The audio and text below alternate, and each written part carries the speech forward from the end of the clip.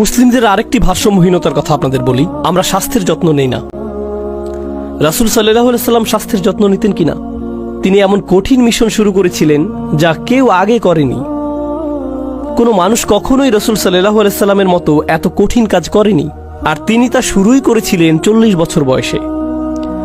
মানে তিনি সবচাইতে সুস্বাস্থ্যের অধিকারী ছিলেন 40 বছর বয়সে। আপনার মুসলিমদের 40 বছর বয়সে দেখেছেন?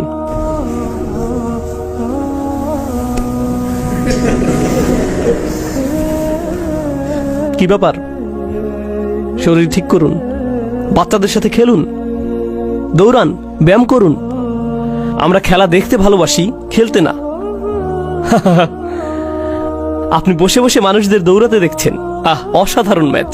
কম কম কম কম, এটা কিছু হলো?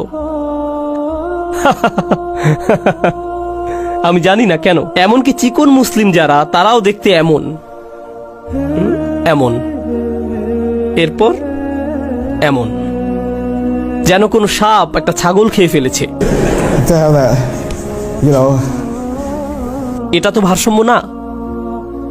আপনি প্লেনে চড়ে গেলে ট্রেটা পর্যন্ত নামানো লাগে না, আপনার পেটই ট্রে, সেটার উপরেই চা রেখে দেন। এগুলো সবই ভারসাম্যের বিষয়।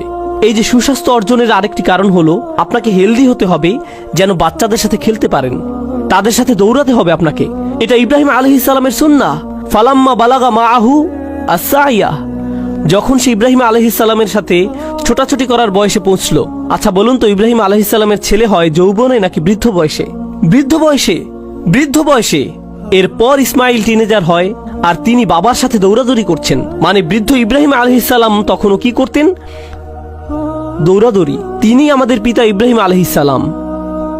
তিনি কোনো 40 বছর বয়সী বা 50 বছর বয়সীর চাইতেও অনেক বৃদ্ধ। আমাদের সময়ের 50 বছর বয়সীরা এমন। আপনারা সাদা চামড়ার 50 বছর বয়সীদের দেখেছেন? ইউরোপিয়ান 50 বছর বয়সীদের দেখেছেন? আপনারা আমেরিকান 70 বছর বয়সীদের দেখেছেন? বোস্টনে বরফ জমাট বাঁধা তাপমাত্রা, দেখবেন বৃদ্ধ শর্টস পরে দৌড়াচ্ছে, 70 বছর বয়সী।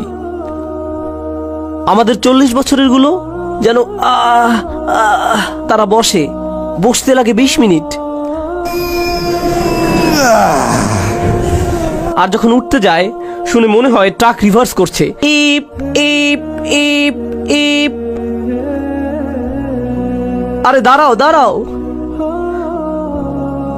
হায় আল্লাহ, শরীরটা ঠিক করুন। ওয়া আকিমুল ওয়াজনা বিল কিসতি ওয়া লা তুখসিরুল মিজান।